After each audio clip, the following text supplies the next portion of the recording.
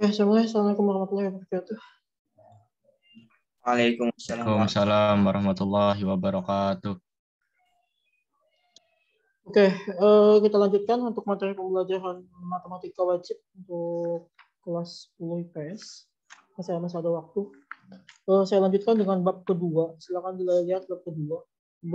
Bab tentang di halaman 44 ya. Tentang pertidaksamaan rasional dan irasional. Lagi-lagi kita berbicara tentang pertidaksamaan. Screen share saya ini ya terlihat ya. Lihat Ustaz. Kelihatan Ustaz. Bab tentang pertidaksamaan rasional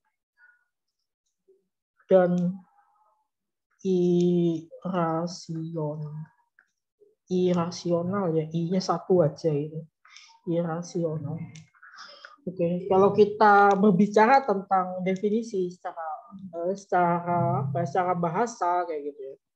Yang disebut sebagai rasional. Rasional itu kan kalau secara bahasa berarti dia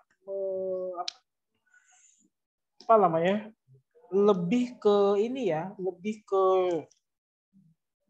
sesuai dengan rasio, sesuai dengan akal gitu. Kalau kita berbicara secara bahasa ya. Secara bahasa gitu. Nah, maka rasio ini kan rasional, ya, berarti dia berpikir dengan rasio, berarti dengan secara akal, secara akal atau secara nalar gitu. Nah, berarti kalau berbalikannya irasional, berarti ini di luar nalar, ya, di luar akal. Nah, ya kan di luar akal. Ya. Nah, maka kalau kita berbicara terkait tentang fungsi dari matematika berkaitan dengan pertidaksamaan rasional dan irasional ini, ya, maka di sini kita akan berbicara tentang bagaimana fungsi matematika itu berkaitan dengan bilangan yang secara nalar itu dapat dibuktikan kayak gitu, secara akal dapat dibuktikan, dan yang satunya secara akal tidak dapat dibuktikan. Ini contohnya ya, kalau saya katakan namanya bilangan rasional, misalnya adalah 2. Ini dapat dikatakan dengan nalar ya kan, 2 itu adalah nilai rasional, atau nilai secara akal sehat dapat didefinisikan. Oh, ini angkanya 2, angkanya 4, angkanya 3, angkanya 5. Ini kan secara nalar dapat dicerna dengan akal. Nah, kalau yang satunya bilangan irasional, ini sesuai dengan yang definisinya, tidak dapat didefinisikan, tidak dapat dicerna oleh nalar. Misalnya akar daripada negatif 1, kita nggak tahu berapa ini hasilnya. Nah, ada ilmuwan yang dapat membuktikan ini, tapi nilainya bukan ini, akhirnya dia bernilai imajiner. Imajiner apa? Imajiner ini lebih kepada khayal, bilangan khayal, bilangan imajiner. Nah, akar daripada -1, akar daripada -2, ini adalah imajiner. Hasilnya adalah imajiner. Ini disebut sebagai rasional dan irasional. Nah, sekarang kita akan berbicara terkait tentang pertidakssamaannya dalam artian ini. Di halaman 44 itu ada ada sebuah kisah daripada tokoh yang awal-awal menemukan yang namanya konsep bilangan ini, konsep pertidaksamaan rasional. Namanya adalah Abdul Hamid Ibnu Turk. Kalau saya ceritakan lagi ya, ini dia adalah seorang matematikawan Muslim dari Turki. Jadi Abdul Hamid Ibnu Turk ini adalah seorang matematikawan Muslim dari Turki. Beliau menulis sebuah karya tentang aljabar dengan judul Logical Necessities in Mixed Equation, yang isinya sangat mirip dengan karya yang ditulis oleh Al-Jabar.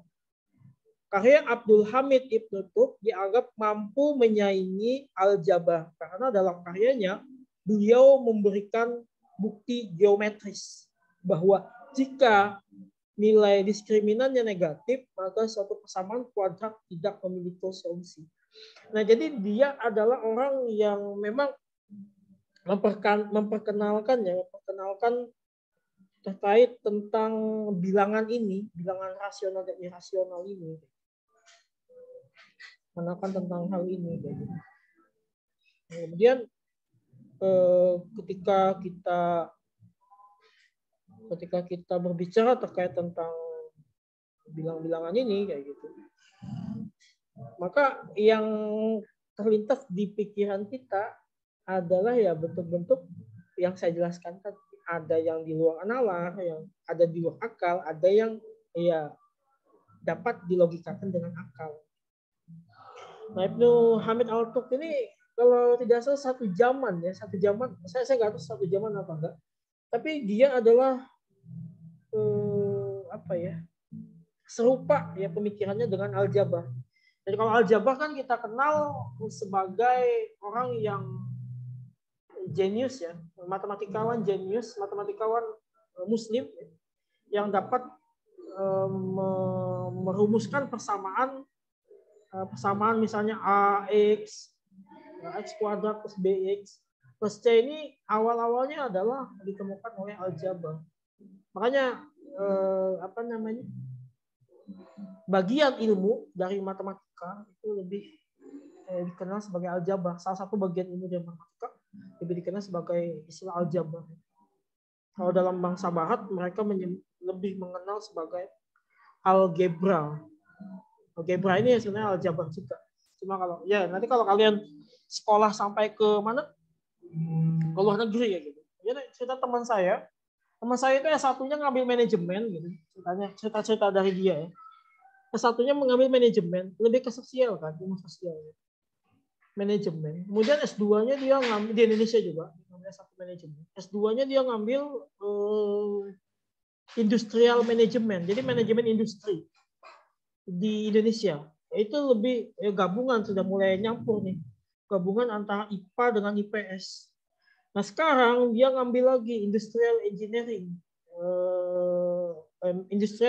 and management di India. Dia ngambil di salah satu universitas di India ya, di India di Institut Teknologi di India. Tapi awalnya dia orang IPS. Akhirnya ketika kayak gitu saya tanya pelajarannya banyak apa? Katanya sekarang malah belajar tentang banyak tentang matematika. Kenapa kata saya? Ya karena katanya bidang yang dia geluti itu industrial engineering and management engineering itu lebih ke lebih berapa persen ya, sekitar mungkin 75%-nya sudah eksak, sudah bidang ilmu alam kayak gitu, ketimbang sisanya 25% aja lagi sisanya ilmu sosial. Jadi sekarang ilmu pengetahuan itu tidak lagi ada batasan antara IPA dan IPS kayak gitu. Iya, jadi kalau kalian sudah nanti kuliah kayak gitu, ilmu itu akan mengerucut nanti lebih spesifik ya. Jadi nggak ada lagi namanya batasan. Oh saya orang IPA, saya orang IPS, tapi nggak mau belajar matematika, nggak lagi.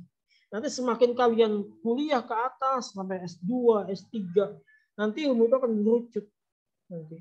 Akan lebih spesifik lagi gitu. Jadi jangan takut untuk belajar matematika. Matematika sulit enggak lah ya. Mungkin kita aja yang memikirkan matematika sulit. Gitu. Oke, sebentar nih saya salah tulis nih bawah kayaknya saya nulisnya bentar ya. Sebentar. Saya salah tulis nih.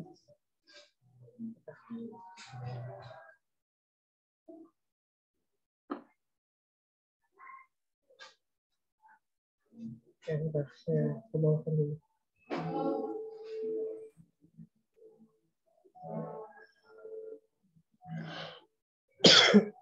Nah, kemudian materi pokok yang akan kita pelajari apa saja? Materi pokok yang akan kita pelajari adalah, mungkin kalian di SMP sudah pernah belajar tentang pertigasamaan kuadrat ya. Sudah. Ada bentuk yang namanya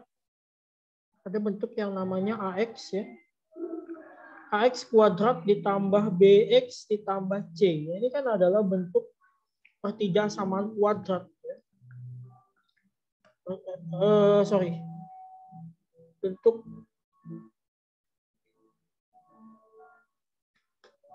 Bentuk persamaan kuadrat lah sebenarnya. Tapi kalau di sini kita karena dia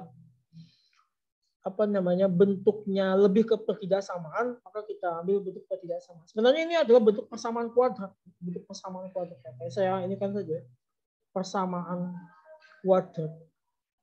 Nah, cuma karena di sini kita bahas adalah bentuk pertidaksamaannya, artinya adalah nilai ini nanti akan kita bentuk menjadi pembaliknya. Jadi ada satu persamaan kuadrat, ada satu pertidaksamaan kuadrat. Tapi fungsinya sama-sama ini yang kita pakai. Nah, kalau kalian belajar di SMP ada namanya fungsi persamaan kuadrat, pasti kalian akan menemukan konsep ini. X kuadrat tambah BX plus C. Nanti akan difaktorkan kan. Misalnya berapa faktornya. Nah, ini adalah fungsi persamaan kuadrat. Nah, di sini kita akan perdalam lagi di materi ini dalam bentuk pertidaksamaannya. Jadi ada namanya fungsi pembalik daripada fungsi persamaan ini. Oke, konsepnya mana? Konsepnya ada yang di halaman 44. Di materi pokok ada AX kuadrat ditambah BX ditambah C lebih besar daripada 0. Ini fungsi yang pertama yang akan kita bahas. Saya merincikan materi-materinya dulu. Kemudian yang berikutnya adalah X kuadrat ditambah BX ditambah C kurang daripada 0. Fungsi yang ketiga, saya punya fungsi AX kuadrat ditambah BX ditambah C. Ini sama, lebih besar, tapi dia punya sama dengan 0. Artinya apa? Kalau saya punya fungsi bilangan kayak gini, ya fungsi bilangan kayak gini dengan di sini mungkin 0, 1, 2, 3. Nah mungkin kalau lebih daripada 3, ya, lebih daripada 3 kan 4, 5, 6 gitu ya. Maka 3-nya masuk lebih daripada sama dengan. Tapi kalau saya katakan lebih daripada 3 saja, berarti 3-nya nggak masuk.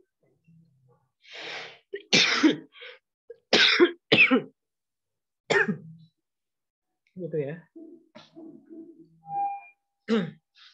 Tuh. Ini fungsi yang ketiga. Fungsi yang berikutnya adalah AX kuadrat ditambah BX ditambah C. Nah, ini sama kayak gini, kurang daripada sama dengan 0. Nah, kalau kayak gini tadi adalah kurang dari saja, kalau ini kurang dari sama dengan. Sama kayak tadi. Kalau 3-nya adalah fungsi yang patokannya, maka kurang daripada 3, kurang daripada 3, maka 3-nya nggak masuk. Ya. Tapi kalau kurang daripada sama dengan 3, maka 3-nya masuk. Ini berupa persamaan kuadrat. Nah, yang kedua yang ingin kita bahas nanti dalam materi pokok ini adalah pertidaksamaan rasional. Ya, yang kita akan bahas adalah yang B, nanti ada pertidaksamaan rasional. Oke, saya minta waktunya sedikit lagi ya, sekitar 5 menit lah ya. Saya akan habiskan ini. Mungkin nanti kita minggu depan akan masuk ke materinya. Hari ini sekedar pengantar dulu untuk masuk ke materi. Pertidaksamaan rasional. Mungkin minggu depan kayaknya kita akan PTM ya. Gantian kan. Kita PTM-nya pakai sih. Insya Allah nanti minggu depan akan saya bahas selebihnya di kelas. Pertidaksamaan rasional. Nah, kalau pertidaksamaan rasional yang saya katakan tadi, rasional adalah fungsi yang menurut logika bisa dipikirkan atau dirasiokan, dinalar dengan akal sehat. Nah, berarti fungsi yang dimaksud adalah apa? Fungsi rasional ini. Nah, maka fungsinya adalah fx per gx lebih kecil sama dengan k. Nanti k ini adalah bilangan konstanta atau bilangan ketetapan. Kemudian yang kedua, fungsi yang kedua, jadi kalau yang tadi lebih kecil sama dengan, nah ini balikannya fx per gx lebih besar sama dengan k, itu yang kedua. Fungsi pembalik daripada ini kan. Fungsi yang berikutnya adalah fx per gx lebih kecil daripada k. Kalau ini pakai yang sama dengan, ini enggak. Nah, berarti pembaliknya apa? Berarti lebih besar gitu. Per gx lebih besar daripada k. Nah, sedangkan K ini apa? K ini adalah konstanta. Konstanta daripada nilai rasional ini. Nilai konstanta rasional ya, nilai rasional. Nilai pertidaksamaan rasional. Konstanta. Apakah ada nilainya? Nanti ada nilainya. Berapanya nanti kita akan bahas di contoh soal selanjutnya. Oke, yang terakhir, yang C, ya, saya akan bahas terakhir. Ada namanya pertidaksamaan irasional. Irasional. Nah, berarti kalau ada I ini berarti tidak, ya kan? I itu kan artinya tidak, berarti tidak rasional. Rasional, berarti tidak rasional. Berarti tidak bisa dinalar dengan akal, ya, persamaan ini, gitu. Artinya apa? Artinya persamaan ini ya mungkin serupa dengan aneh nilainya. Nah, fungsi yang dimaksud adalah apa? Kalau dalam pernyataan ini adalah akar daripada fx lebih kecil sama dengan akar gx. Ya. Nah, kemudian yang berikutnya kebalikan daripada ini, berarti dia akar fx lebih besar sama dengan akar gx. Ya.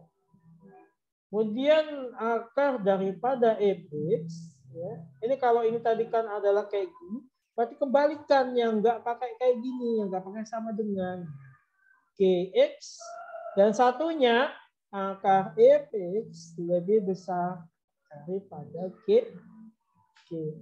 Nah, ini materi pokok yang akan kita pelajari nanti, ya. Oke, mungkin sampai di sini dulu. Silakan kalau ada yang ingin ditanyakan terkait materi. Tapi nanti kita akan bahas di pertemuan selanjutnya karena waktunya juga tidak cukup, ya. Oke, silakan kalau ada yang ditanyakan belum saya akhiri. Ada? Cukup?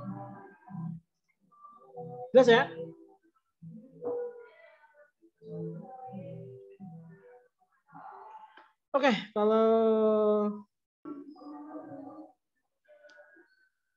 Oke, mungkin itu saja.